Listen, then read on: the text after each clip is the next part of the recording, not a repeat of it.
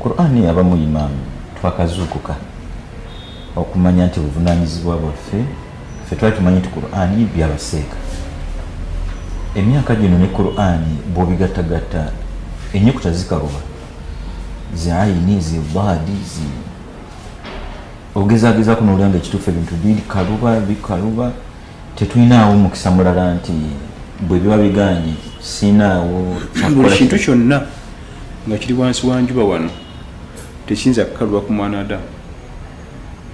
gy'okumukiwa obudde yekikumu okujja mu bulamu buli kintu kyonna mu myaka gyonna egy'enjawulo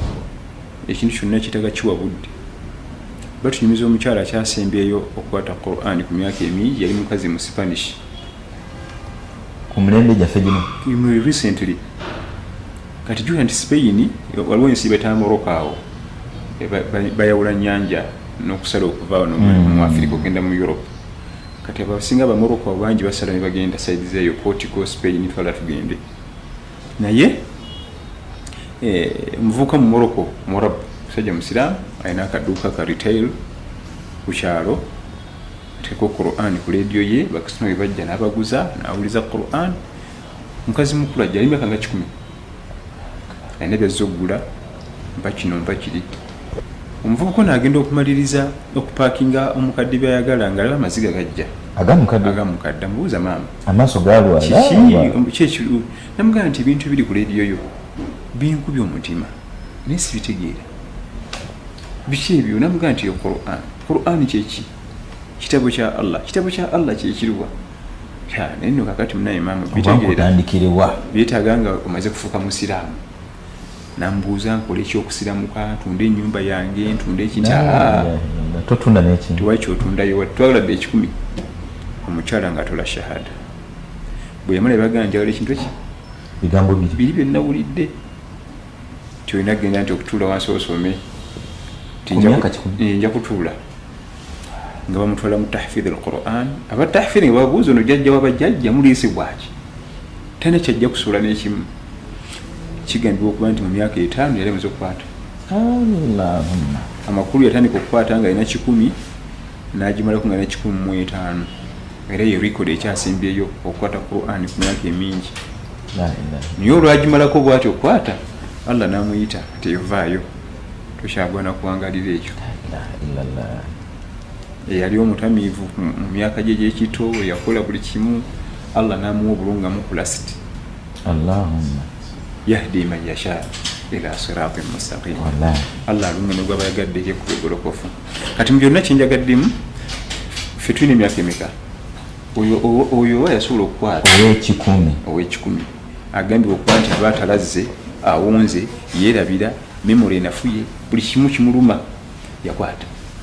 Kakati nze ne munnaffe atulaba tugenda kwekwasa ki oyimirire n'oyo ono yakwata nti byonna bisoboka byonna bisoboka n'okwatula obulungi n'oyatula bulungi ennyukuta. Naye ndowooza butategeera muwendo gwa Qur'ani wewali ensonga olw'ensonga edduniya eno gye twategeera omuwendo n'owekina n'omusanga mu takisi ng'akedde essaawa 11 ez'okumakya ayingira kibuga ow'enkaaga mu etaano oba ow'ensanvu nga saa 5 za kiro addayoka obwedda ava kukola. Ndaba nga bye twategeerwa omuwendo mukadde kano bino ebyamasimu tutambula na mulembe jjajja emyaka 82 aseereza babimunnyonnyola nabiwa obudde n'omuweereza obubaka ku WhatsApp era nemuwuliziganya bulungi kyokka ate Qur'an. Kakati bw'ogenda okutunulira ebintu by'eddiini olw'okuba results tetuziraba mangu kitumenya nnyo ate eby'edduniya oli apakasa mwezi gumu nalaba akasente nga kali awo ekyo nakyo kiyinza okuba kitukaluubiriza nnyo kubanga olyaga nti bukyansoma Qur'an sinakendabako byonna mutebeeza biteebereza naye bwe mpakasa nenvuga takisi yange mu mwezi ngena okulaba nga waliwo obusente bwendabako wali. Ekyo nakyo kitutawaanya obwongo ebintu ebyo batugamba nti ojja bisanga eri ebyo byaddi ebyo naye byonna tusaba Allah tabaaraka wa taala byonna byenkoledde mu ddiini byonna ngenda bisanga bisanze eri wano sifuna ofuna ne wano ofuna naye byonna ebisinga biri spiritual esiga nti ojabira n'amaaso bote ebisinga byonna binakukiza bikizo bifiiringa bufiirinzi muli kati ng'ekyokulabirako tawakkulu okwesiga Allah oli najja mufunye ekizibu ky'amaanyi kati abaana ebibuzo babikutte abazadde bayombesa newajja omuzadde nga sina byalinako kiki ebibuzo babikutte byabaana oyo Allah bwatu yayagadde mwana mumpe muzeeyo ajja kudda next year akola omwaka oguddako kati olakolabaako kali wano kwesiga Allah eyo program Allah byagiteekateeka kati ebyo kiva mu kuba nti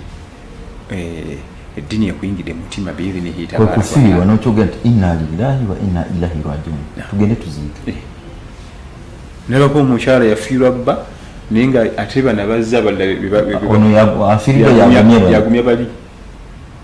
ono ng'ali mu kugumya ate banne bana bazza obuzi ng'ayinza okuza si nnyini mwami wanewaffe Uganda wanewaffe ng'ali ne wali mu ddiro ali mu kwenywera buugi atudde mu ddiro anywa buugi kati ate abatabimanyi bo bayinza okulowooza nti oba bujja alinayo omusajja omulala ayagala onaafe oba ayagala sente zino omusajja zabadde nazo oba alinamu omukono mu kufa kw'omugezi kati ebyo byonna byonna bisoboka bino byo birabako ku duniya mashallah sana ekitiibwa abasomesa abatusomesanga ekwalabu eyo yajjanga muhabara gye muyita lekica yasaba bbiri n'abasomesa n'aseeka naddamu yaba amalirizanga eggwako nabagaa naye baada dhuhuri ngenda kuzika kitange baada dhuhuri tugenda kuzika taata nti otegedde kati bakubidde essimu nti nazze nkimanyi naye nga budde ati ali mu bibyo birala nga bulijjo ali nnomo n'asomesa bulungi nnyo nga bwaseeka nga bulijjo nga toliko oyinza kumwetugeramu kati aba basibula n'abategeeza ekyo era nawaga ngenze nayo leki kyendali emu wali ndyoke ngende kuziika